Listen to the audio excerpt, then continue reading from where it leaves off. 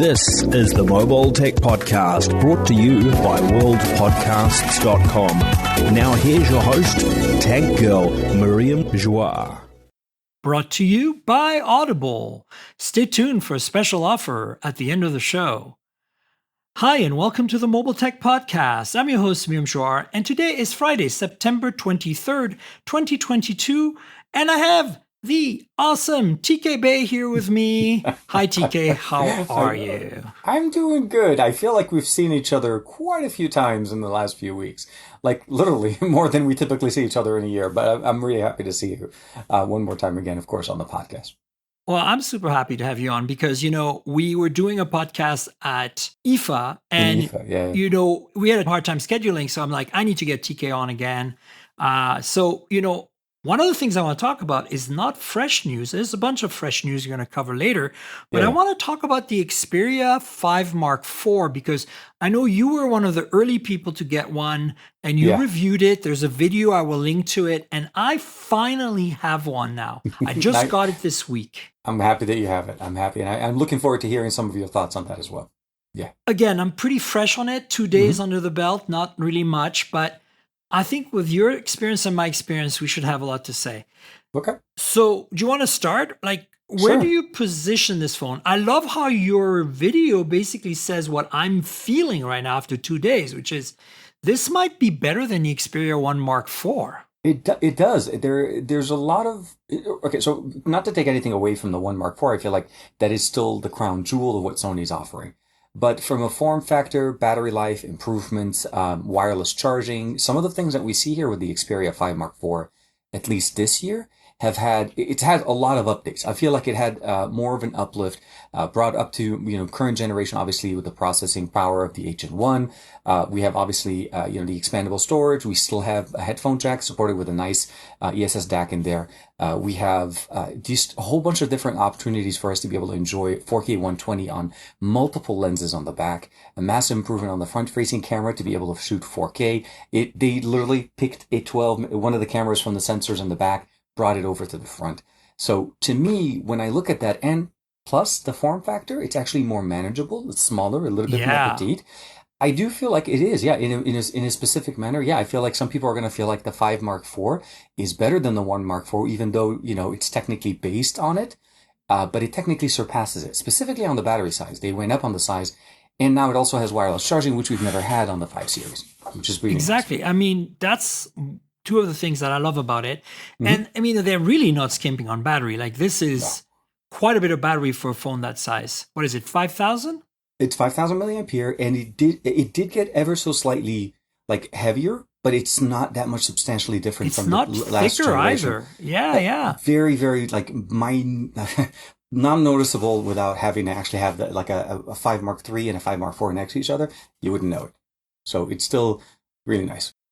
The other thing I like about it is that it has a metal frame around it. You remember the 1 Mark IV somehow kind of was like the Xperia Pro? It didn't feel like it definitely wasn't metal because there were no antenna bands. That's how I know. But I'm sure it was metal underneath, but it was painted or covered in plastic. But it felt weird to me. It felt retrograde to go back to a non-aluminum frame that's exposed on an Xperia flagship, especially at $1,700, right? The 1 Mark IV, I feel like they're starting to distinguish the 1 Mark IV and the 1 Series and the 5 Series quite a bit from each other. They do stand now on their own, and there's a few differences here, more so than what we've seen in the past.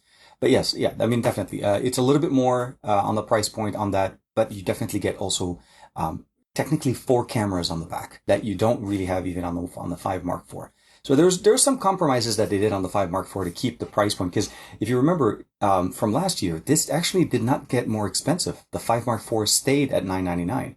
So they were able to add new features, but not actually increase the price, where the 1 Mark IV did actually have an increased price this year. Because they're bringing that closer to the Pro. I feel like the 1 Mark IV is kind of gravitating towards the Pro series more and more every year. But the 5 is staying that nice little nimble, quick, easy to use, and pocketable phone.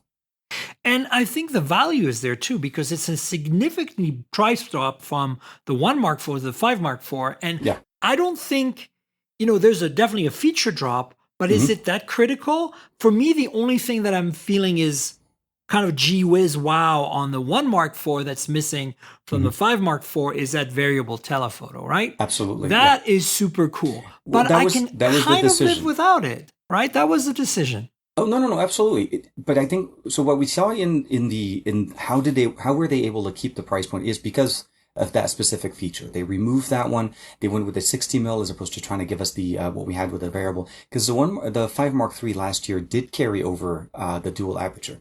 So that was something that, which was interesting because last year they kept it and it was at $999. This year they took it away because they included the 4K 120 with the high readout sensors on the back. I feel like actually is a better feature to keep than to have the variable. I mean, on the 5 Mark IV, again, it's not bad. You still have telephoto. You're not getting a phone with like a single lens or one really good sensor and two, okay sensors on the side. You're getting the best options that they are able to provide you. It's just, you're getting it at the, 16, 24, and 60. Yeah, it's a very well-balanced package, it feels Absolutely. like, this phone to me. Yeah. And that's one of the things I always look out for when I review phones. A lot of people are like, but it does this. And I'm like, yeah, but it doesn't do that. Like OnePlus 10T, 150 watt, awesome. No wireless charging, not so awesome. I'm sorry. To me, at that price point, it starts being pretty critical. And so, the fact that they finally found a way to add it to that and also make that battery so much bigger is kind of a win. And you still get that 120 hertz, beautiful 1080p ultra wide 21:9 display and the stereo speakers and that front camera, right? That is much, much improved over last year. So I feel like overall, like it's a well-rounded package. The only thing I wish it had is an 8 Plus Gen 1 instead of the 8 Gen 1 because it's so much more efficient. It is. And I mean, unfortunately, it's something that we've seen from Sony quite a bit. Typically, the 5 and the 1 are built together or designed and built together. So although we get them later in the year, they're technically the devices that we hear about earlier in the year. And I think, as we're speaking today on Friday, the 1 Mark IV officially became available in the US. So that's how long we've been waiting to get it in the US. So you're able to pick up the 1 Mark IV yourself, out of, I think, most online retailers. And the 5 Mark IV should be around in another month or so. I think it's the end of October is what they were saying for us. Yeah. And so, I don't know. So far, I'm pretty happy with it. I mean, I've always been a big fan of the Sony phones, simply because I'm a Sony camera person to start with, right? Yeah, same here. And yes, I miss some of the computational goodness you have on a Pixel or an iPhone even, or Samsung, right? But there's something to be said about keeping it simple, keeping those large pixels, the low megapixel count, relatively speaking, with the super fast readout, so you get no, weird frames per second, baby. Fringing or whatever, jello effect and all that. It's kind of amazing, and it allows, of course, all this crazy eye autofocus stuff. I think that there's something about these phones that, I mean, first of all, kudos to Sony for not throwing in the towel like LG did, because we all know they make no money on these. There's no way they make money on these. I think from what I understand is they're breaking even. They're not losing money, but they're not necessarily, I mean, it's turning around. Let's say that. From where they were 3 years ago, 2 years ago, they're definitely in a better position, and you could see a much bigger focus on them. I don't know how they manage, because like, who buys these phones? I've never seen one in real life other than in the hands of a journalist. The only way I can make sense of it is where their release cycle is and the way they're releasing these devices. You could definitely see that they're focusing primarily on the Asian and the European market, which is typically where they do best. And the US, unfortunately, ends up being, like the last market to receive it, but they're still giving us the options at least. Also in Europe, they have a 10 mark. There's the 10 series, which we don't have here in the US. It's a little bit more budget friendly. So the reality is there are fans. The fan community or the community of Sony fans is growing. And of course, it starts with Asia. Asia loves Sony phones. Sony's associated with a. Oh, yeah. It's kind of like an Apple product, but it's really more of a prestige kind of a title as well. And just for personal reference, I grew up with Sony brands being a very luxurious, very expensive brands. Oh, me too. Yeah. So to me, I've always associated Sony with a very certain class level of quality and product experience that you always expect from them, and they're living up to it. They're not fading in, or they're not giving in to things. And obviously, one of the other things that we saw in here is the improvement in overall, like I said, the optics. They're listening to their fans. They're incorporating these changes. Last year, everybody was talking about the 8 megapixel camera, and this year, lo and behold, Nobody's talking about any issues with the cameras on the Sony. Now you get the best experience all around. Yeah.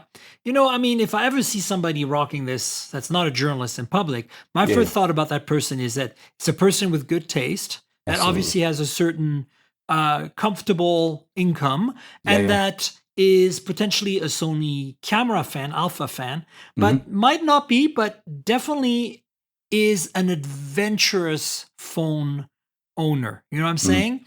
And it takes some dedication, I think, to go for a phone that is more traditional in its photography approach, not as software driven. I mean, there's tons of stuff now. They have HDR in there and stuff. They didn't used to always have all that. So, but you're not going to see like, crazy multi-frame, like night mode that's steady or anything. Like none of that happens there.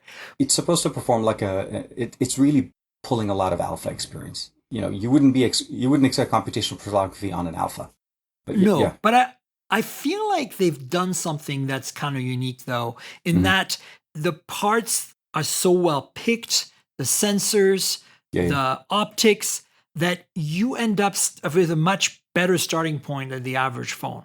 And it pays off. If you're willing to develop your photos, which is my word that I like to use for editing, you can pull a lot more information. And I'm not even talking about shooting RAW. I'm talking just JPEG alone. Those sensors have really good dynamic range, pretty decent low light, despite not being pixel bins, because they have very large pixels. I think overall, yes, if you're just mashing the camera bot in auto with your kids running around in a low light room, it's going to be rough.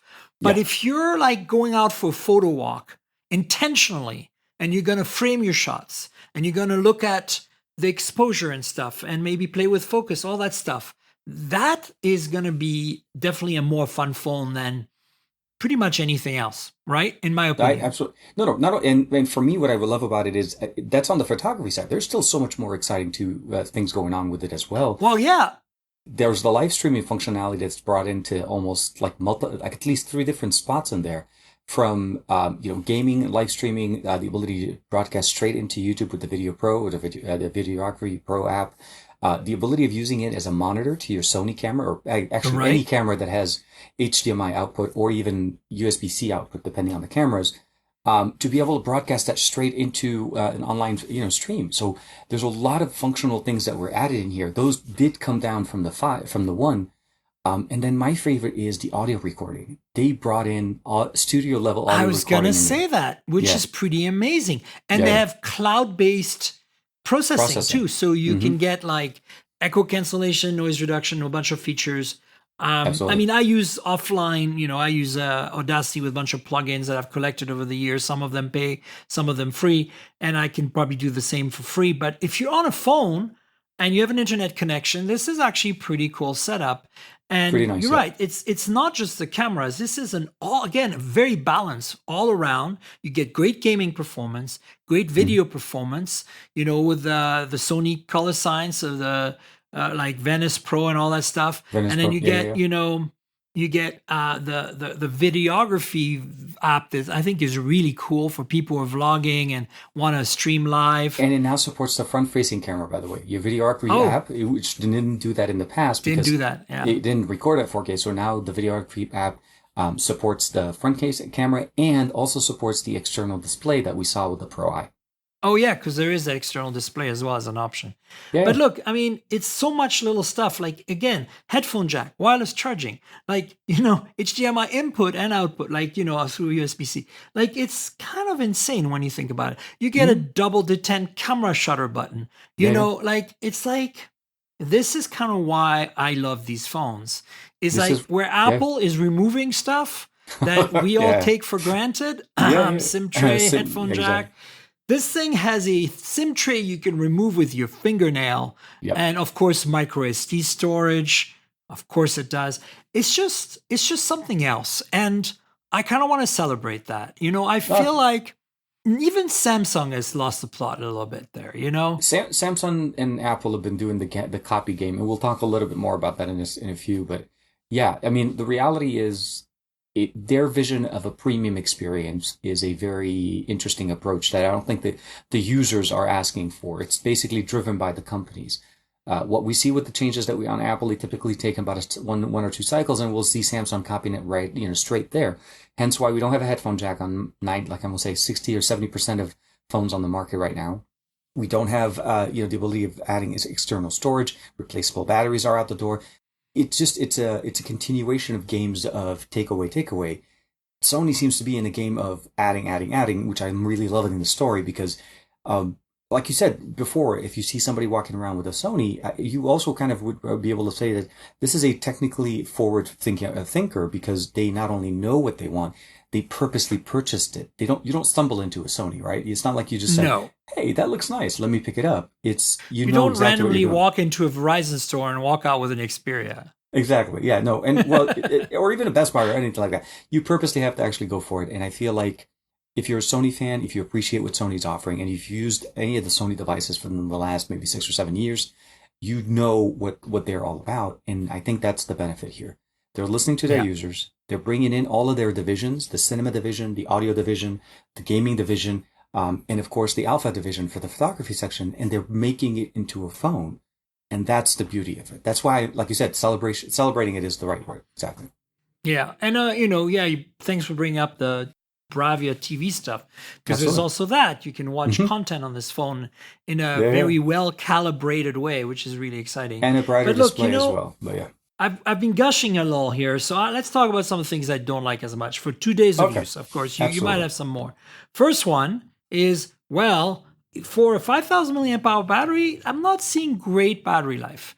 It's fine. It's going to last a day, but a heavy use day, probably not, which I think is odd. And of course, Snapdragon 8 Gen 1 is not the most efficient chip. We know that.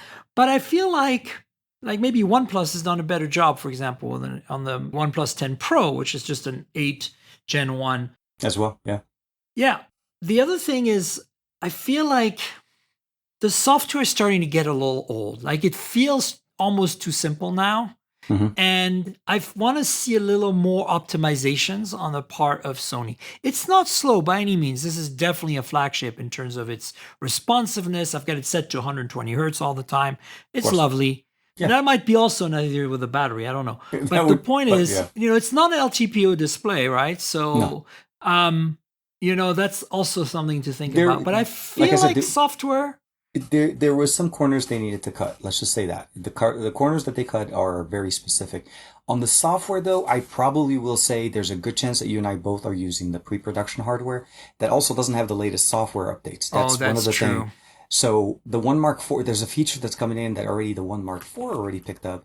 And that we'll talk to one of the things that we were going to cover, I'm sure, is the temperatures, like the high temperature issues. I was just going to say, that was my other thing. It's already happened to me once, and I'm like, it keeps overheating when I record video, even at 1080p, and I'm like, what?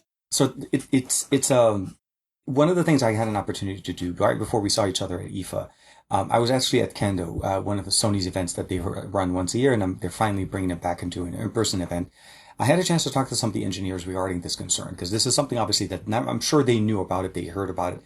One of the things they told me is within the 1 Mark 4 and the 5 Mark 4, and I'm assuming that's when the 5 Mark 4 becomes more retail and it'll be running on retail software. There's going to be a feature in videography mode where when you're using it with the Bluetooth grip, the stand that you're using to be able to hold the phone, once the grip is connected to the app will actually give you the ability of turning on endurance mode, which will allow the phone to run hotter but not turn off. So basically, as a Sony user, I'm pretty sure you're familiar with the temperature warning that you get if you don't turn on the high temperature option. Something like that for the Xperia line. So they're trying to address it. I think you're right. The 8 Gen 1 is part of the conversation. I think the 8 Plus Gen 1 would have done better. Hopefully with the next generation, with the 8 Gen 2, we'll see the optimizations. I mean, I'm sure we'll see all the benefits of the 8 Plus into the 8 Gen 2. If they continue with that name, I'm obviously guessing there, but it's something that we have to kind of be. We've known temperature concerns have been around with Sony the hardware for the longest time.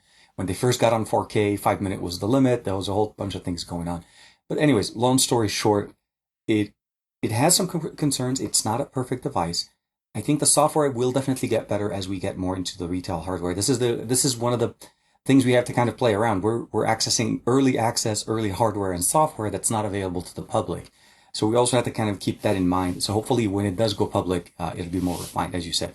Less hiccup, less jankiness, and maybe better optimization for the battery as well. No, you're absolutely right. I keep forgetting that these are pre-production devices with pre-production software and hardware. But at the same time, as much as I commend Sony for sending us those, I do feel like we should be able to get these maybe when they're closer to release in terms of I always try being complete, right? Exactly. Closing the circle, I guess, in a manner of speaking, because we get to see, like, the hardware definitely will probably be the exact same thing. There's not going to be changes to the hardware, but that optimization level that we get when you get the final software retail, all of that. In the time that I had the 5 Mark IV, I didn't get one update, and so the reality is, I realized where we are, and then the feature that they were talking to me about it at Kando wasn't on the 5 Mark IV, is on the 1 Mark IV. And we didn't have the 1 Mark IV in the US, and they didn't have any units on hand for the event as well. So I couldn't get it. I couldn't test it out or check it out. So hopefully, as soon as I get my hands on the retail version, I'll be able to try that out. Yeah. No, look, I think overall, if you want to be really nitpicky, the display could be brighter. Obviously, it could be variable refresh, but it's such a good display in terms of calibration that it's hard to get mad about. Custom white balance. Make sure you go in there and configure the level. Exactly. You can tweak. That's the other thing. You can tweak everything on this. Absolutely everything. And, having a headphone jack, I can just plug my Rode wireless mic directly into it. I don't have to find the dongle. It's just nice. Monitor from it when you're recording. That's even better. If you're recording over USB-C, you can use the headphone jack as a monitor. So they really, they give you so many options, and it's just depending on what you want to use.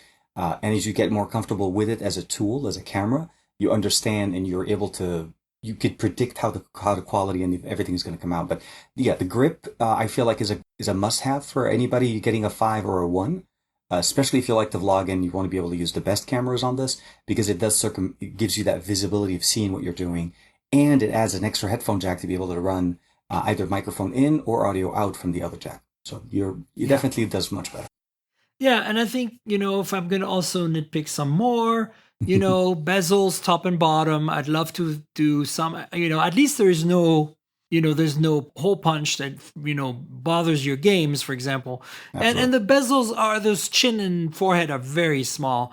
But I kind of feel like because it's a 21:9 display and it's very long, and personally, I like that form factor because you can use it one-handed a little better with, especially the 5, it's so narrow. Yeah. It's a smallish phone in the world of modern phones. And as such, I feel like, that height, if it could be mitigated somehow by having just a display in the front somehow. And I guess under display camera is not going to go because they're not good enough yet. Didn't they have a patent or something that popped up a while ago for a super tiny, like pinhole size front-facing camera that would live basically inside the earpiece, and the bezel would be equal all the way around? I don't know if it was Sony, but I think it was Sony, or it was Oppo or Vivo who had like, basically it was a periscope. So it had the sensor behind the display, and this tiny pinhole firing into a mirror, a prism, into the camera below. It's super smart. No, I think you're right. The experiences that we've seen so far with under display camera right now, at least with the Red Magic, and what we've seen with Axon, with as well as obviously with Samsung, I was going to say with their foldables, we're still at the infancy. I think the approach is the right approach. To try to figure out what level of camera can work, what kind of display works. The concern, though, is what happens is, when you go into high refresh rate, that area still becomes visible. Especially on the foldable. It doesn't show maybe a good part of it, but if you're trying to do anything over time, you'll see the reflection. So we're still quite a ways, but if a pinhole camera is an option, I'm all for it. Whatever we can do to make it look more of a full display experience without necessarily sacrificing the quality of the video. Because front-facing cameras, although not best for taking photography, they're used for video. People use them for basically video calls, and the last 2 years have taught us that. That's what people were able to do with their phones. So, yeah, we need improvements there. You know what I miss, GK? I'm gonna sound like, get off my lawn, kids kind of person here, but it's only 2 or 3 years ago.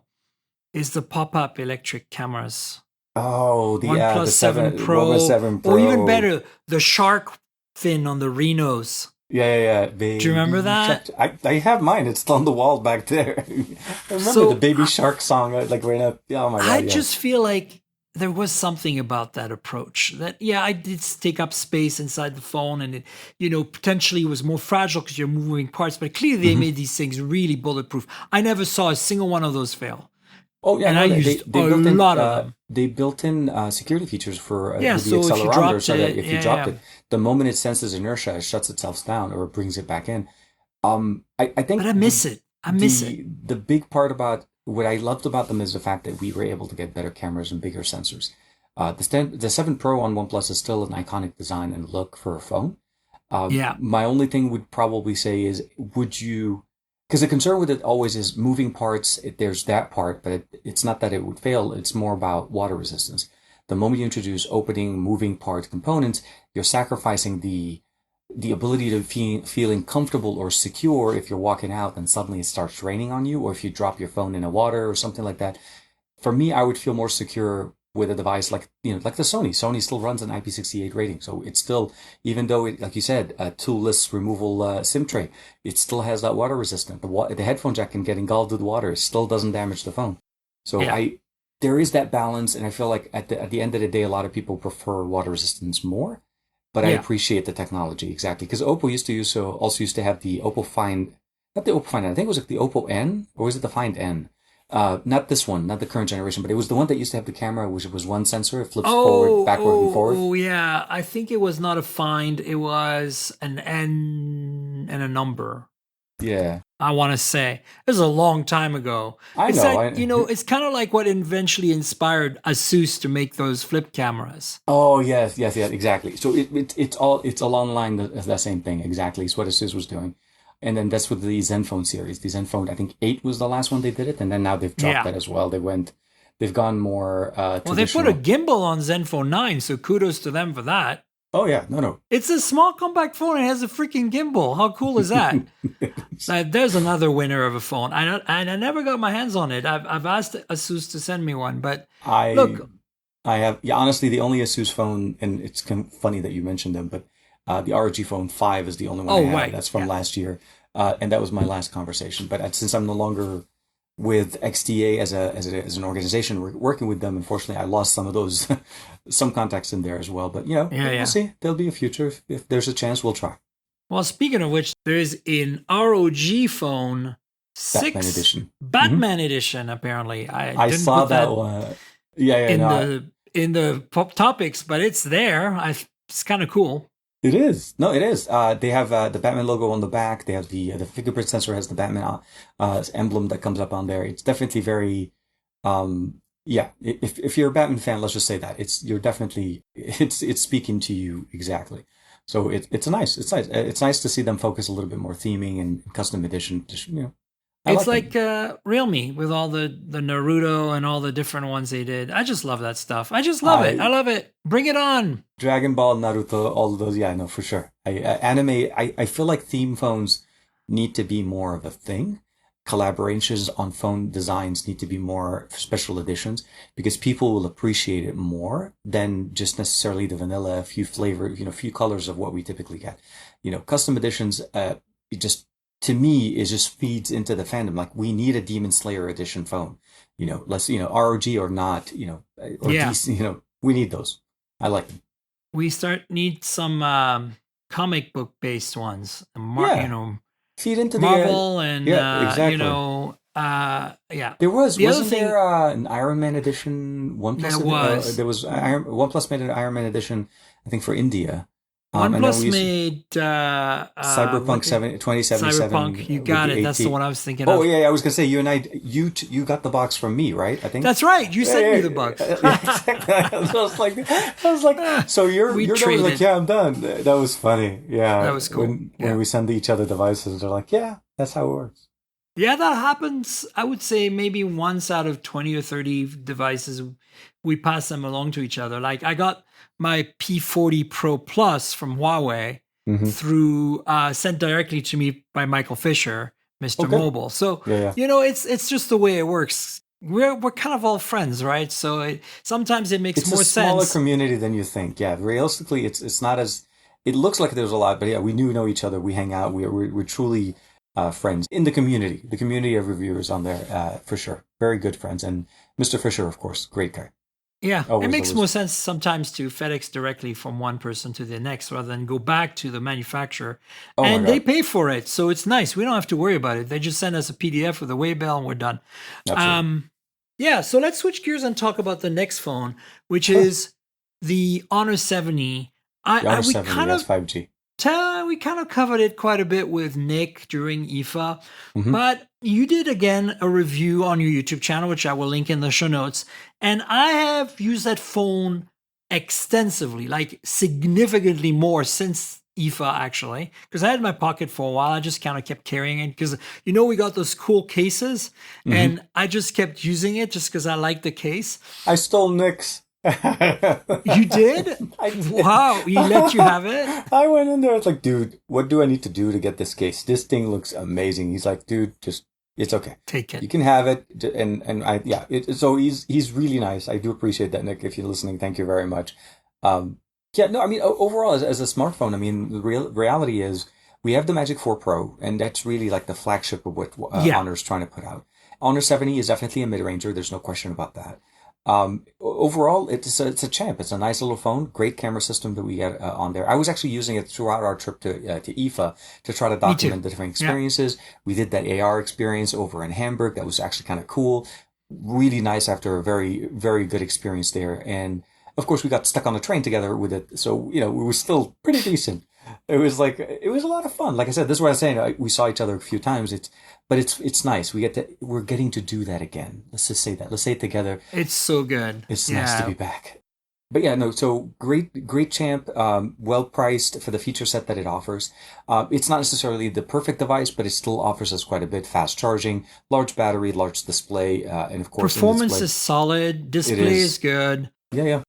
And I like that sensor, that IMX 800 it delivers. My Absolutely. only, my only kind of like gripes, if anything, at this price point, I wish they would push it the envelope just a little more and include OIS, right, Hmm.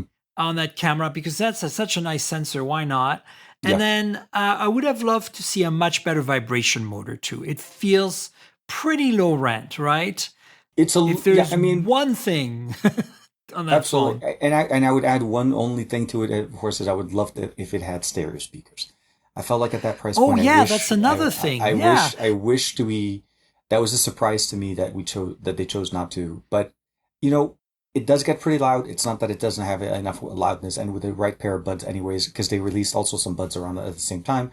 I don't think it's a big issue, but for me, it's just that I feel like, yeah, it should have been stereo. It's my point. It's like they cut a few corners that I feel they probably shouldn't have cut. You look at the Nothing Phone 1 and it costs less money and it's much more well-rounded. Like you got wireless charging, you get OIS, you get stereo speakers, you get a vibration motor that feels like a nice linear Z-axis motor like you expect on a flagship. Yet it's Yeah. not a flagship. Yet it's $450 and it has that gimmicky back panel with LEDs, right? So if they can afford to do that, as a startup, Honor should be able to sail through that stuff, right? Oh, and the other thing the Nothing Phone 1 has is a metal frame. Like, I feel like Honor makes such nice phones, and They at do. this price, we should have seen a metal frame on that phone. Now, it's plastic, but again, like OnePlus 10T also had a plastic frame and annoyed me.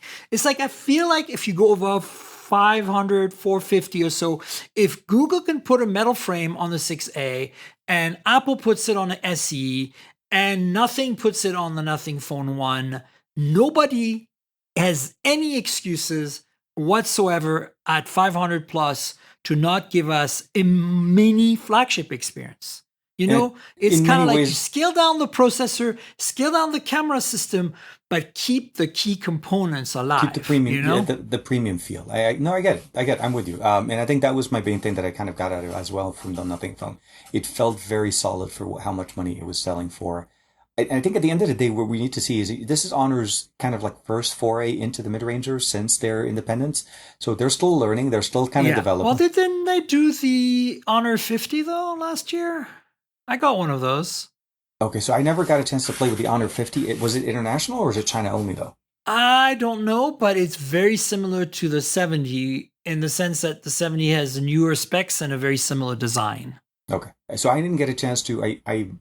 I think I feel like in a weird way, my relationship with Honor kind of jump started back up right around MWC when you and I got a chance to go hang Yes. out earlier again this year. A little bit in Europe. So I think from what it offers, I think it's a decent experience. It's a decent experience. Not necessarily, it may not win all the features that some of the other options, but on camera, I feel like it does perform quite well. Overall smoothness in the UI. I would have liked desktop experience. We do have wireless projection, but not wired projection. So we don't have the desktop mode that we have in the Magic 4 Pro. I mean, if you nitpick it, you obviously will find things. But as it stands on its own, it's a pretty decent offering as the smaller brethren of the Magic 4 Pro, especially for the Yeah. European market and for the market that it's going to be coming out in. I'd give it like a 3.5 out of 5, basically. It's And pretty and decent. it's a buy, Yeah, yeah, absolutely. There's no doubt. yeah, yeah. If you're in that market. And by the way, it works on T-Mobile 5G, which is pretty cool. Yeah, I like it. So that was surprising to me. And of course, GMS. The software is better. I feel like it's more optimized and a little more. I wouldn't say that the Honor Magic 4 Pro was buggy because it wasn't. I like that phone a lot. But I Mhm. felt that like there was some camera lag and there were a few things in there that I feel like they, you can't compare them because they're mid-range versus flagship, but they seem to have been working on their software, which makes Mhm. me feel good because I don't know, Chinese manufacturers don't seem to put that much emphasis on software usually, right? Like they're learning that they have to Mhm. for the global market. Yeah. And I'm glad to see that Honor has made an effort. It's still not my cup of tea, but it's okay. Yeah, no, I mean, Magic UI has grown. It's grown quite a bit since we first got introduced to it a while back. But yeah, they're definitely trying to fix it, and it did feel like out of the box a little bit smoother than the Magic 4 Pro.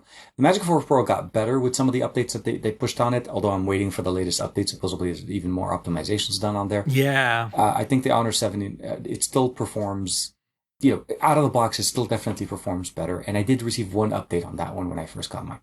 But yeah. Yeah, we all did, I think. They actually told us, they're like, please don't use the phone without updating it, which I don't, thankfully, Don't we all stop- did don't because stop I'm sure taking there was pictures. something that wasn't good there. Oh, yeah. No. A lot of Yeah, times but they want to send us the hardware the fastest way possible so that we have enough time to test them out. But yeah. But yeah, this phone, when you pick it up, it's thin. It feels really good in hand. Yep. I love the tall aspect ratio. It's a little narrower and a little taller. Mhm. Not quite Sony And a curved display at that levels. price point too. They kept that Yeah, curved display. yeah. And actually, BBK Group's doing that too on some phones, like the Vivo V25 Pro. I have Okay. that, and I've been using it quite a bit. It's got OIS on a 64 megapixel main camera at that 500-ish price point. And Okay. it's a really nice phone. But it's plastic frame again, but again, we're starting to see some, curved edges in more affordable price points. But I think overall, the industry is moving towards the slab sides, right? Like we're seeing, Oppo with the Reno 8 Pro, etc. We're seeing the slab sides dominate There's still a because big it's the iPhone copy, base. right? Yeah. Well, yeah, exactly. And the Reno 8 Pro had that definitely for sure. But I think there's quite a few people that prefer a flat display, especially for gaming, because it's better overall. But I mean, aesthetically, as far as more that look of a more premium experience, the curved display is definitely do that. And this one, the curves are not too bad. I haven't had any kind of false initiation of activities on it when I was using it when I was traveling with it even. So it actually held up its own. I think if there was anything that I would probably, like I said, the stereo speakers would have been a big thing for me because I do Yeah. typically use the speakers quite a bit, especially when I'm consuming content. you want to be able to get that full experience. And this kind of forces you to use headphones to get the stereo, Yeah. or like a wired solution if you have any USB-C buds. But I think at the end of the day, it's a decent it's a decent phone for somebody that's looking for a more budget-friendly version of an Honor device in 2022. So we'll have to see. Hopefully next year we'll definitely. I'll be looking forward to seeing if they do improve on some of these options that we're talking about. Yeah, I hope they take our feedbacks. We had a chance to meet with some of the executives, and so at IFA, that's what I want. I'm totally happy with the choices they made because they probably seem like the right ones. But I'm hoping that we can kind of push them in the right direction. And I was very impressed with the Magic 4 Pro because I felt like they kind of put everything in the kitchen sink in there. Absolutely, they didn't hold back. And Honor has never been able to do that when they were under Huawei, right? They always had to decontent things, flagship to flagship, right? Because, they were in the more affordable price tag, right? So everything they released had to be a more of a broken down version of it. But as they're standing on their own and they're bringing in more things, like you said, GMS is in there. It's built in. It's easy. It works. It does pick up the US bands as far as T-Mobile. There's a lot more functional things in this. And I'm loving the fact that it's getting better over time. So this is literally like a fine wine. It definitely will age well. So that's what I'm loving about it. And I want to see what they bring again. And we'll see what MWC brings around the corner. Because I know IFA's done, but CES typically we don't hear a lot of new devices. It's MWC is the next. Yeah. Yeah. And then by then we'll hopefully have the Snapdragon 8 Gen 2, which we all assume it's going to be called, and hopefully some Dimensity chips as well to talk about. So. Oh, yeah, definitely. I want to see what the successor of the 9000 is, or if we're actually able to get it in the US or outside of China. Because it's like the most elusive SoC for me that since launch, I haven't been able to get my hands on one. I have a Fine X5 Pro Dimensity Edition. Nice. Okay, good. And I ran some benchmarks on that for hot hardware. But look, the bottom line is I'm looking forward to Honor growing up into their own skin. Yeah, same. And so I want to be supportive of what they're doing simply because if we can't have Huawei, guys, let's have Honor, okay? And let's give them the praise they deserve for taking on that torch in a way, No, absolutely. And they're seriously focusing on multiple markets, not the US yet, but hopefully in the future, they said, once they're more established. I think it's a bigger endeavor to try to break into the US, and I think it's a little bit more of a conversation. We don't have the Nothing Phone 1 for a reason. It's the same problem, right? This is a very difficult segment at $500.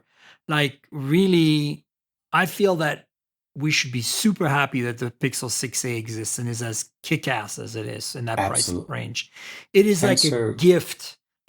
Google doesn't have to do this. They don't care. Like, the Pixels are really them showing off the new version of Android every year, right? Yeah. And in the past, it's been a lukewarm effort. But this year with the 6, this entire year, calendar year from, September to September, it's really been them saying, no, we're not going to mess about. And the 6 Pro, the 6 showed that. And I think the 6A is even more spectacular in that sense. Talk about well-balanced. Like, yes, I do wish it had 90 hertz, but man, that's the only thing I can really fault it for. Like, it's so good. Yeah. Every time I use it, I'm just like, oh, this feels like home. Probably because I use a 6 Pro every day. But, I was going to say, because you're in the Pixel life. No, but my point is, it's like, it's just seamless. It's fast. It's slick. It works. Yeah. I think it's actually better tuned software-wise than my 6 Pro. Like, my 6 Pro has a lot of issues, and I have learned to live with them. Some of the things that you have on yours, I personally haven't even experienced on mine. That non-responsiveness that we were working with when we were in IFA, and I saw that, like, some of those, I'm almost tempted to say I feel like it may need a reset of some sort. I'm not maybe, going there. or maybe when the 7 Pro comes out. When the 7 Pro comes out. Yeah. Exactly. Yeah. So, Team Pixel, hook us up. Man. Yeah. Well, we're almost there. October 6th is around the corner. Yeah, it's coming. Hey, the Apple Watch Ultra is out in review. Of course, I don't have one. I don't think you have one. No, I have my 7 from last. So I own a 13 Pro Max and an Apple Watch 7 Wi-Fi or GPS because last year I got those from work. So I don't. I'll say this. I'm very happy that we have in the Apple lineup and everything that came out this year, Apple's focused on giving us more options at different structures, right? So we have the iPhone 14 Plus, which we didn't have before, so you never had the opportunity of getting a larger display unless you went for the Pro Max. We have multiple options when it comes to basically connectivity. The Apple Watch, of course, Series 8 is out. It's not like they didn't bring that out. But the Ultra, seriously, they're really wanting to go into that pro, outdoorsy, rugged, bang it against the wall and not have to worry about braking kind of thing. And all weather kind of all terrain type of an experience and larger battery. That was the other thing that I think a lot of people appreciated. So from that aspect alone, I feel like the Ultra is definitely a very nice offering. It's definitely trying to hit up a little bit more on the Garmin side. I feel like that's Yeah, I what was they're going to kind say of, they're going after Garmin yes, 100%. absolutely. But they're also undercutting Garmin's price point. I mean, $799 for the Right. watch. And if you trade in like an Apple Watch 7 series, if you can get like a $200 off of it, it's like that's actually really good considering you're getting an Ultra and you're getting an outdoors rugged Apple Watch, like truly rugged, not an Apple Watch that you put a case on and try to protect it to go outside. These are the functions that you really care about, and I like it.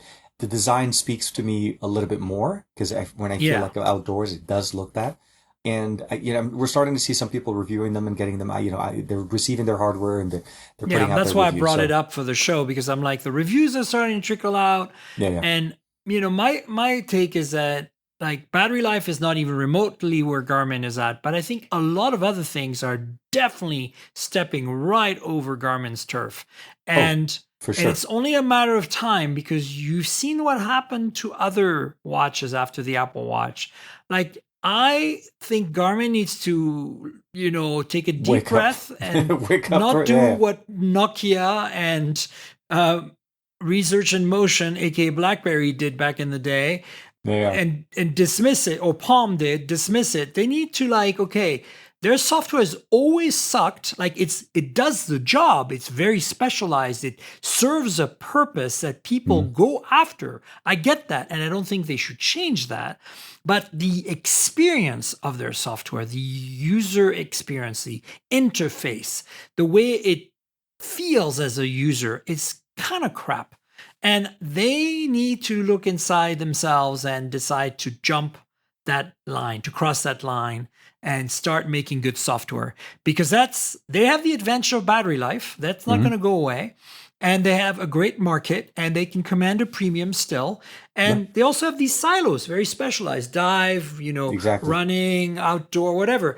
And I think that's cool. But Apple Watch Ultra can do all that minus the battery life and give you a really good software experience for even everyday things that Yeah, you exactly. might not be wearing a Garmin for. I see so many people wear Garmin on one wrist and Apple Watch on the other wrist. Well, guess what, guys? Like now you can get Wonder your Twins maps. activate. You put them together. You can get your maps, you can get your notifications, you can get your music while you run. All that stuff that the Apple Watch does so well, you Yeah. can now get on one device. Yeah, okay, the battery life is at best 2 days. It's still a big improvement. The 1 day most of the Apple Watches last. I was about to And say, yeah, yeah. but it's not 3 weeks, right? Months or whatever it is Garmin is doing. So It's a foray into a new it's a new presence for them. The Ultra side is new. This is a new product. This is where I get excited where we start seeing new hardware coming out when Apple is starting to release things. So the Ultra is definitely for me speaks that. For me, unfortunately, I'm not an iPhone user because otherwise I would have definitely gone for the Ultra over a typical like a Series 8. But I could definitely appreciate that. Yeah, having those functionalities of outdoor tracking, the ability of getting that ruggedness. Again, it's a bigger battery. We know that with it. A lot of people are going to benefit from it, and if for an iPhone user or an Apple Watch user, they're speaking to their core base basically. They love that. This isn't the upgrade they've wanted, and I think yeah, Garmin needs to seriously start kind of like okay, let's get those meetings together and start working on that new UI element because if you don't, they're going to jump ahead of you, and then you're going to be. It's a weird place to be and in. and they undercut you and eventually they can work Hmm. on their battery life to be better and then Absolutely. you're toast, right? So I also feel like I love that they added a third button. This is so not Apple. Like Yeah, yeah. Adding think about this. They the just Apple removed Watch the is like SIM the tray, but yeah, they added an action button or whatever it's called, the orange button on the watch, which, as somebody who worked at Pebble, one of the things I loved about Pebble, I hated they didn't have a touchscreen. I kind of wanted it to have both the touchscreens and the button. And the buttons, yeah. And the buttons were there, and it was a great experience because if you're underwater, swimming or something, how on the Apple Watch right now you have to like turn the crown until it wakes up, or if you're doing a workout or you have to turn on water mode and then do that to clear the speaker. A pain. It's just oh man. It's little things, but absolutely, yeah. If you've ever tried to use your display or your phone underwater, you know what the water does to the display. So having those functionalities built in, but having the additional buttons other than just basically having the digital crown, I think this is definitely very nice. And you don't know. I mean, maybe something that'll trickle down to the Series 9 next year when we see the next year's Apple Watches. More features will always make the users feel better because you're getting functionalities, you're getting new features. You don't want to keep feeling like you're losing things like the eSIM situation, which it's a growing pain at this point. A lot of people are going to have to get used to it, but it's a big change that at some point we're going to start seeing that trickle into Android land, and I'm just not happy about that conversation. I'm not happy about that at all. I'm in denial about that right now. We change SIM cards way more than anybody else. Oh my God, we do it so much. Literally, we juggle them. At IFA, that's what I was doing. I switched between multiple phones, like depending where I need to be and what I'm doing. I need to make sure that I have connectivity to be able to upload. And I had the 5 Mark IV with me, and I had Project Fi on that one. So to make sure I didn't run out of data on my T-Mobile, because depending on how the Wi-Fi was at the hotel and so on. So for me, mobile connectivity when traveling is a plus. And I love the fact that T-Mobile was helping us out as well with that. I mean, I'll give you an example. I traveled to LA where I saw you for TCL this week, and then I traveled to Denver where I'm here at a Mercedes event. I'm in Denver, folks, which is also evening. This is why you see me not well lit from my window as I usually am. But here's the story I want to share with you, the anecdote, as it were. Yeah. I decided to bring 3 new phones with me. So I always carry 4 on my person, and generally I have an iPhone and a Galaxy in my bag because I generally do a lot of car photography with the Galaxy because it's got all the multiple lenses, and I do a lot of video work with my iPhone because it does the best video, even though it's just an 11. And so I have my Pixel 6 Pro as my main phone, no changes of SIMs there, T-Mobile. And then I was like, okay, I literally have 6 or 7 phones that I haven't reviewed yet that are burning a hole in my review pile because they're starting to get old. And so I was like, okay, let's grab 3 new ones. And of course, I had to grab the Xperia, right? Because I just got it. So I was like, okay, so that one will work with any SIM in the US. So so the question was, which SIM do I use with these 3 new phones, right? Then the next phone was the new TCL, right? The 35G, which is also capable of supporting all the 5G in the land. And then the third one is the oddball, and that's a Xiaomi 12 Lite, right? Okay. 5G, but you know how a lot of the BBK group and Xiaomi group phones that used to kind of work on AT&T now no longer do because there's no more, support for the bands. And so I was like, damn, I need to put a T-Mobile SIM in this Xiaomi phone. So, so that solves that. I've got 2 T-Mobile SIMs to play with other than my own, currently from review units, and I have 2 AT&T SIMs to play with, and I have Verizon SIM in my Galaxy. So I was like, okay, so I always have them with me, but I'm literally trying different SIMs in these phones to figure out what seems to work best, right? So I ended up settling on AT&T on the Sony, and then T-Mobile on the TCL and on the TCL 30, yeah, on the Xiaomi, because the Xiaomi actually still works on T-Mobile and 5G. Yeah, I find but it was a trial and error thing. Like if I had to deal with eSIMs for this, I would have given up. I mean, I was literally at the airport at the gate pushing a SIM removal tool into the SIM trays and swapping out SIMs kind of with the best expectations. And I kind of forgot that there was no AT&T support on the Xiaomi. So that's exactly how I put that in first. It didn't work. Then I put in the T-Mobile. But that's my point. Like the fact that I was able to do this literally while waiting to board, okay, in a matter of less than 3 minutes. Yep. Yeah. It never is going to happen with eSIM. I'm sorry. No. Like, this is going to be a freaking nightmare. How do I activate an eSIM on a Chinese phone, guys?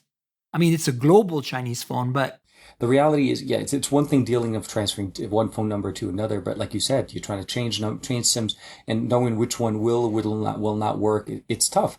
Also, more than likely, if you have to call AT&T to tell them that you were going to be putting that eSIM on a Xiaomi phone, let's say it does support an eSIM, they're going to yell at me. they're not going to. They'll be like, "I'm sorry, yeah, this is not going to happen." You're going to get that nice rejection conversation because AT&T is becoming more and more picky when it comes down to their devices. So whitelisting and specifically banning devices from getting even data. And I've had that in the past. I plugged it in the SIM and I get voice calls and that's it. Yeah. I cannot get any data on my phone. And I was like, okay, great.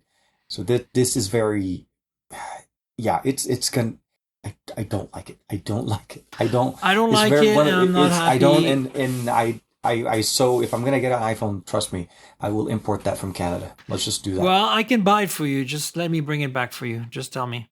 Will do. Okay, so let's talk about some news items now. Let's rapid fire through some news. Sure. The LG Rollable. So we knew this existed, but we now got a video from a Korean YouTube creator who actually shows us that they had it ready for retail. And Retail box, all the Yeah. accessories, retail software. And I am screaming inside, TK.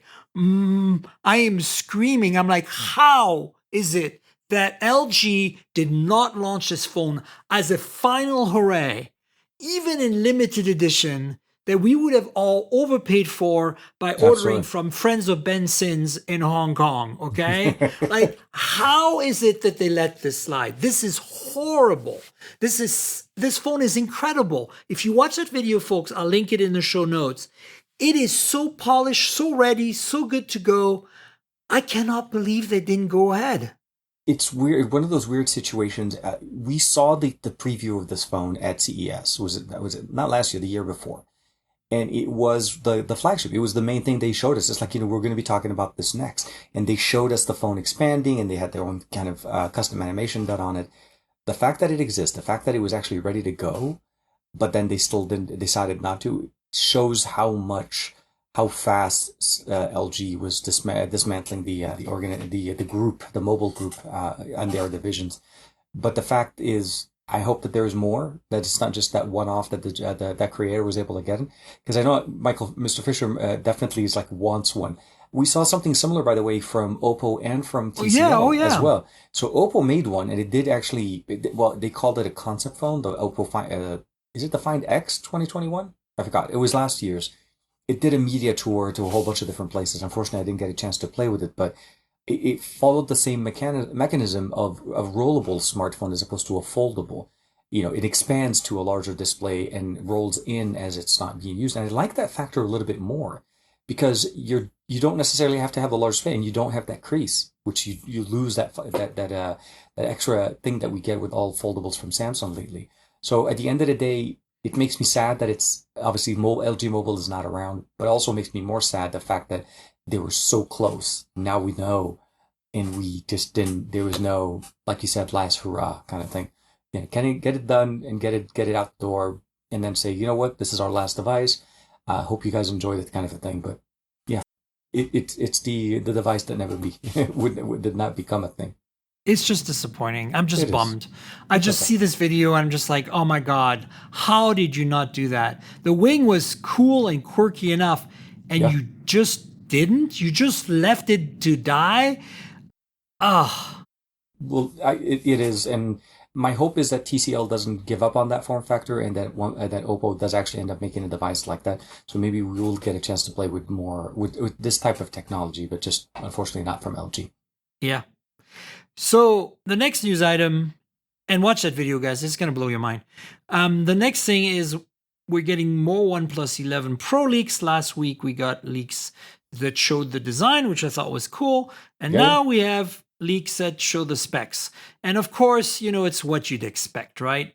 We're getting Snapdragon Qualcomm. 8 Gen 2. Mm-hmm. We're getting, what's interesting is that we're getting a 50 megapixel main camera, a 48 megapixel ultra wide Mhm. and a 24 megapixel telephoto at 2x. I'm like, come again? 20, 24? Obviously, it's a better camera, and it's at 2x, but it's just like, why not a 30? Yeah, I mean, okay. I haven't seen cameras, devices carrying 24 megapixel camera sensors. Well, that's what I'm saying. And then it's a regression, folks, too. Because think about it for 1 second. The current OnePlus 10 Pro has a 3.3x telephoto. Yeah. To me, why bother with a 2x telephoto? That's the thing about the Find X5 Pro that I love so much, this phone.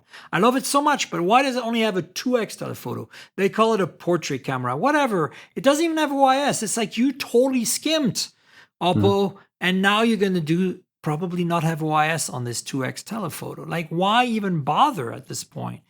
Of course, it's going to have Oxygen OS 13, and the storage option is going to be 16 and 8 gigs of RAM, and 256, 120 gigs of storage, and of course, same Quad HD plus 120 hertz AMOLED as before, I assume.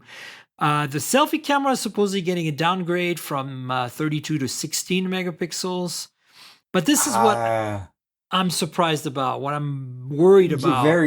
Going backwards and yeah. Oh, sorry, I was wrong. It's a 32 megapixel telephoto, not a 24. Okay, I was going to say. But the point is, it's still like an odd number. Like, that's why in my head I was like, this isn't right. And only 2x, which makes, yeah. Which tells me they're going to remove the OIS because to save money or something. It's like, it's just silly. And then 48 megapixel ultra wide seems weird after the 50 they did 2 years in a row. Which has been working very well for them. That was the weird surprise on that. Yeah. Now, the main sensor being 50 doesn't surprise me because I think BBK Group phones right now are all using kind the of 50. overwhelmingly using the IMX 766, which is kind of has become the replacement for the IMX 586. It's like everyone knows how to use it. It's super well tuned. No matter what phone you have it on, it's going to kick ass. Absolutely. And so I'm actually excited about that because I felt like because they had a bespoke sensor for the main camera on the 9 Pro and the 10 Pro, they weren't able to extract the maximum performance because there wasn't other companies helping them tune it. You know what I'm saying? Yeah. And provide Sony with the feedback to get the algorithms improved. I think this is okay. The design is also interesting. They decided to go away from the standard format that we've been going to for the last few years. So we'll have to see how everybody likes it. And I wished it was centered. We talked about that in last week's show because the Zarendis came out last week. I kind of like it. I think it's unique, and I like the roundness. I really like the OnePlus 7T. So for me, this is kind of a return to form in a way. But you're right, it's offset, but it's offset because it's got that wraparound thing on the edge. Right? Oh no, absolutely, yeah. I totally understand the approach of why it's there, and also when you're holding the phone more, the horizontally as opposed or landscape. Sorry. That you definitely want the sensors to be higher up, don't want them to be lower so that you know exactly how to measure. Most cameras have been present at the top left as opposed to center. Right. Of course, 100-watt charging, whatever. Of course. It's fine. Right. All right. A couple of more items. There is a dynamic island available for Android as a beta piece of software for those of you who are adventurous and want to destroy your phones. I mean that as a joke. I don't think I want to try this. Not because I think it's cool. I mean, experimentation is cool. The Lonely Island is finally coming to Android. But it's kind of interesting if you want to play with it. I would love to hear your feedback on Twitter. But I'll put a link from XDA on how to download and install and stuff. As I said, 2 weeks ago on the show, when the iPhone 14 was launched, I was like, 3, 2, 1, who's going to do this on Android? And here we go, right? Yeah. Obviously. It's an interesting approach for sure. I mean, you haven't installed it, have you? Yeah, of course. And what do you think? I mean, okay, so I'll say this first. I installed it on a Samsung device, which is actually it's pretty bad on my side because Samsung already had something similar to the Lonely Island or the dynamic island in there as far as the notification panel. I don't know how to say it. If there's one thing I'll say that I like about it more so than I see it on the iPhone right now is the fact that it disappears when it's not being used. On the iOS or on iPhones, it stays there as a camera because at the end of the day, it's your camera cutout. Right. What we have in the evolutionary change that we went from the notch to this, was Apple saying we need to innovate, we need to change the design. We've had the same notch since the iPhone X. We got to move away. And how do we make this cool? I understand the approach and I understand the functional options that they added to it, but at its core, it's still a cutout of your display with an opening above it. So, I mean, it's like punch hole multiplied to vertical. Yeah, it's like the Honor and Huawei pill, but in a larger format. Absolutely, and in the middle. Exactly. But for Android, it's something interesting that if you'd like to try it, if maybe the current phone that you have, you don't like the way their notifications pop up, it does have that nice little bubble effect, and you have the ability of customizing part of it. It's part of an early access. It's not final, and I'm assuming at some point it may even have some pro features or paid for features, but it is free if you'd like to check it out. And there's quite a few permissions that you need to grant it, like as far as reading notifications, drawing over other applications, and so on.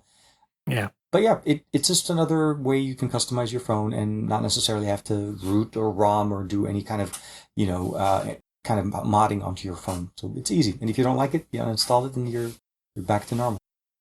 So go check it out, folks. The last item we have, I'm excited about because both of us are customers of both of these companies. Yeah. T-Mobile is adding United Airlines to its free in-flight Wi-Fi service. So if you don't know already, when T-Mobile did the last Un-carrier event, they announced that we would get faster data roaming worldwide and that we would get some free in-flight Wi-Fi on select carriers, being airlines. Yeah, I think Delta was one of them. And Delta, American, Alaska, I think. But no word of United, and I'm not a big fan of United per se, but it's where my status is because they have a lot of partnerships, being Star Alliance. And so I'm actually super stoked about this because I have a subscription with United that is auto reviews every month because I fly so much. It's about $50 a month, and it gives me free unlimited Wi-Fi on any flight domestically or to Canada. I have to still pay for the international one separately, but it's worth my while because I fly, at least 5 to 10 times a month. So I get free Wi-Fi. But now I won't have to worry about that. I'm just going to sign up for this on my T-Mobile and bang, I'll be going. So this is super cool. This is the kind of stuff that, some of us are with T-Mobile because of this. This is the kind of move that just disrupts the industry, Absolutely. No. And we both of us are very, very happy when we landed in Germany a few weeks ago. And we both got 5G, actual 5G speeds for 5 gigs of data. It wasn't just, your 100 or 200 megs and you have to pay. No, it was literally, you landed, the phone ran just as fast as it was running back home. Obviously we were in Deutschland's homeland, and if you had nothing else. Telecom. Telecom, yeah, it's Deutsche Telekom. So it was funny when I got the message as I got off the plane. I was like, wait, how, is that real? And I tested it out and I was like, nope. It was real. And it was carried fantastic. me over. Made me wonder, at that point, I honestly, I was still happy that I got my Project Fi SIM in there because I typically, when I travel, I activate it. Yeah, me too. But I almost didn't need it. Like, I could have saved myself the extra fee at that point. I didn't realize it, but that's good. Because I have an older account. That was the reason why I didn't think it was going to happen. Well, I'm the same boat as you. I'm grandfathered into something, so I didn't think it was going to happen. So that's why I think that this is also going to happen for those of us who are grandfathered, because I think they're just going to bring us along. Oh, it's only to their benefit to give us more features. It keeps us in. Gives us less reason to consider a move, Well, so TK, do you want to tell folks where they can find you on the internet, your social media handles and all this stuff? Yeah, no, easiest way to say is just look for TK Bay, but the best way obviously is let the beard guide you, because that's most of my, socials are also in there, but it's TKDSL 8655, and it's a weird one, but on Instagram and on Twitter. And of course, just TK Bay over on YouTube. And I'm on TikTok, but I'm just not that very active. So I probably wouldn't recommend, unless you want to see me do goofy stuff. Yeah, look up TK Bay on TikTok. You'll see. Well, folks, go check out TK's work, and especially his YouTube channel, which is really awesome. Thank you know where to find me on the internet. I'm at Tankrl. That's TNKGRL. Think of the comic book character Tankrl. Drop the vowels. That's my handle. It's the same on Twitter as it is on Instagram. So if you want to chat with me and TK about this podcast without going into my YouTube comments or something, hit us up on Twitter. If you want to see pretty pictures of phones and of cars and of food and of travel taken with phones mostly. My Instagram is where you should go. If you want to subscribe to the podcast, it's mobiletechpodcast.com. We're on all the major platforms, Google Podcasts, Apple Podcasts, Pocket Casts, Spotify. So please, tell your friends and subscribe. And remember, if your app lets you rate or review the show, please consider doing that. There's also a couple of YouTube channels you should subscribe to that give you additional content, mostly unboxings and stuff. The main channel is youtube.com/mobiletechpodcast. And the second channel is youtube.com/mobiletechmore. The main one is just phones and wearables and personal audio and that stuff. And then the more is really all about the rest of the ecosystem. So travel tech, car tech, home automation, home tech, that kind of stuff. So subscribe, like, tell your friends, click the little notification bell, comment. You know how YouTube works. Have fun with it. If you want to help me, support me financially to make this podcast happen every week, there's a Patreon, and you should consider joining it. Patreon.com/tankgirl. That's patreon.com/TNKGRL. There's a bunch of cool perks and tiers there. One of them is that you can get a video version of this podcast. You can see TK and I gesticulating wildly. We are doing that every week with my guests, and we do it on video 2 days or so, usually before the actual podcast gets published. So you get to see it a bit in advance, less edited, more raw, and that's one of the big perks. There's also a Discord server you can join, so consider the Patreon. I really would appreciate your support. If you don't like Patreon, I get it. It's cool. There's other ways you can help. There's a PayPal link in the show notes. You can click through it, like donate $5 so I can buy myself a coffee. So, I love my hipster coffee. So, that's another way you can help. So please consider helping. I'd really appreciate it. And also, you can try helping through Audible. Audible's been our longtime sponsor, and they have a great deal for you. You get a 30-day free trial, and you get to keep a book at the end, whether you stay or not. And I think you will stay, but basically, it's audibletrial.com/mobiletech, the URL. That's audibletrial.com/mobiletech. And if you help them, you help me. So it's another way you can contribute. So why would you stay with Audible after 30 days? Well, because it's the number one. It's the ultimate audiobook platform. If you like reading like I do, it's a no-brainer. You just get to listen to books instead. So, I'm always in front of a screen all day. My eyes get tired at the end of the day. I want to relax. Do I want to watch Netflix? Yeah, maybe, but probably not. Put some headphones on, put some earbuds on, and just chill out and relax in my recliner and listen to a book. They have a ton of selection. Some of the books are read by the authors. They have some shorter form content. They have some exclusive podcasts. I mean, it's a bonanza of content for a very low monthly rate. So check it out, and you can do it for free for 30 days. And I'm sure you'll be like me and a ton of my guests, subscribers after that. And in the process, you help the podcast. So consider that. audibletrial.com/mobiletech. I want to thank Audible again for being my longtime sponsor, and UTK for being my guest this week again. Thanks for coming on. Thank you. Thank you very much. And I'm very happy to be back. And I'm sure we'll talk more. I'm sure we're going to run into each other more in the coming weeks or next few months as well. I sure hope so. And I'll definitely have you on the podcast at some point in the future. And folks, we'll have another show next week. So stay tuned for that. And until then, cheers, everybody.